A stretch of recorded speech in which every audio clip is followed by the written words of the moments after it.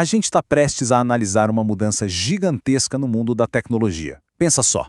Por mais de 50 anos, uma única regra ditou o ritmo de tudo, fazendo as coisas ficarem mais rápidas, menores e mais baratas.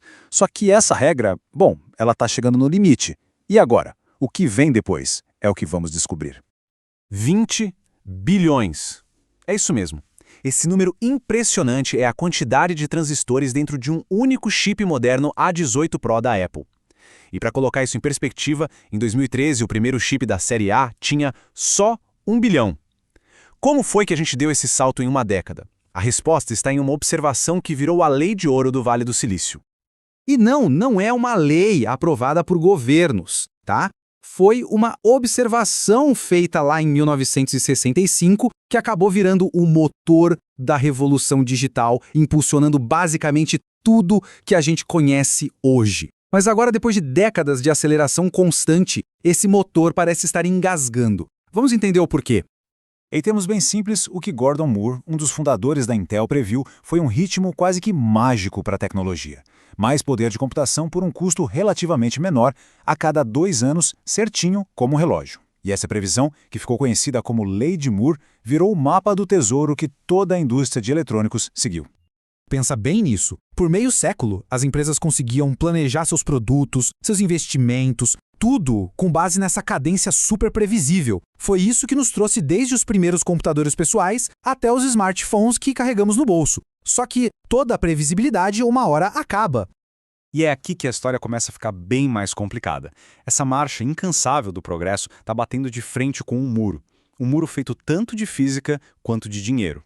Essa citação resume o problema perfeitamente. A gente está falando de estruturas mas tão pequenas, que elas estão quase do tamanho de átomos de silício. Chega uma hora que simplesmente não dá para diminuir mais. A física fundamental entra em campo e começa a criar problemas, sabe? Como vazamentos de corrente que desperdiçam uma energia danada. E aí vem o custo. Olha esse número: $18 mil. Esse é o preço de uma única bolacha de silício de 3 nanômetros da TSMC, de onde os chips são cortados. E esse preço só sobe. Para ter uma ideia, as bolachas mais antigas, de 28 nanômetros, custavam $5 mil. A diferença é brutal. E se o custo no micro já assusta, o custo no macro é astronômico. $28 bilhões. Essa é a grana que a TSMC vai ter que investir para construir só 3 novas fábricas da próxima geração de chips, os de 2 nanômetros. O custo para se manter na liderança ficou tão absurdo que pouquíssimas empresas no mundo conseguem bancar. Então, com a regra antiga falhando e os custos explodindo, o cenário está montado. Uma rivalidade intensíssima pelo domínio da próxima era da computação simplesmente explodiu entre os gigantes da indústria. Esse gráfico aqui mostra de um jeito muito claro a posição crítica de Taiwan nessa história toda. A TSMC, sozinha, produz 2/3 dos chips mais avançados do mundo, aqueles abaixo de 10 nanômetros. Isso dá para eles uma influência geopolítica e econômica gigantesca. E aqui está o campo de batalha atual. Na liderança a gente tem a TSMC, com a tecnologia de 3 nanômetros já a todo vapor. Logo atrás vem a Samsung, que foi pioneira com uma tecnologia chamada GAFET, um jeito novo de construir transistores, bem mais eficiente, mas ela está apanhando um pouco para acertar a produção em massa. E aí, correndo com tudo, vem a Intel, a antiga rainha do silício, com um plano super agressivo para retomar a coroa até 2025. É uma corrida de 3 gigantes, e ninguém quer ficar para trás. E isso aqui vai muito além de uma simples briga de empresas, viu? A gente está falando de soberania tecnológica. A dependência do mundo inteiro de uma única região para os chips mais avançados é um risco enorme. Por isso, governos no mundo todo estão investindo bilhões para trazer a produção de volta para casa, o que só joga mais lenha na fogueira dessa competição. Diante desses limites todos, a primeira frente de batalha é tentar reinventar o próprio silício. Em vez de simplesmente desistir dele, os engenheiros estão fazendo o silício trabalhar de formas que antes eram consideradas impossíveis. Uma das evoluções mais importantes é essa aqui, o Ribbon FET. Pensa na arquitetura de hoje, a FinFET, como uma calha de água aberta. A gente consegue controlar o fluxo por 3 lados. É bom, mas sempre vaza um pouco. Agora, o Ribbon FET, a nova arquitetura da Intel, é como um cano, totalmente fechado. O portão envolve o canal por completo, dando um controle muito mais preciso da corrente e diminuindo drasticamente o vazamento de energia. É uma evolução fundamental. A outra grande inovação é o Power Via. Imagina um prédio onde as pessoas que seriam os sinais de dados e os serviços de entrega, que seria a energia, usam os mesmos corredores. Vira um caos, né?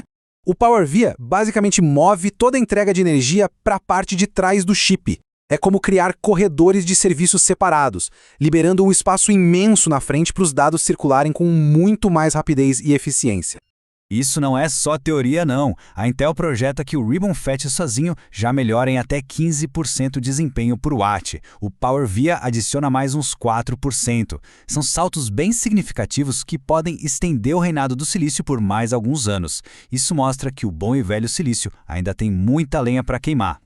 Mas, enquanto alguns estão espremendo até a última gota de performance do silício, outros já estão de olho num futuro completamente diferente. Um futuro construído com materiais e conceitos revolucionários.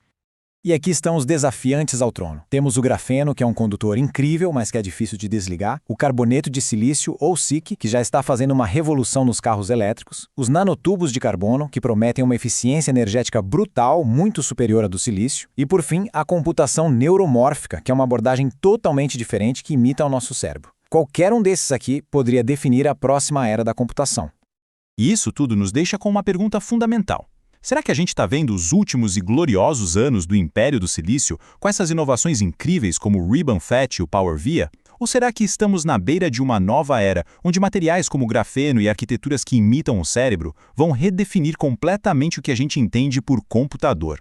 O futuro da tecnologia está sendo decidido agora, nessa batalha entre a reinvenção e a revolução.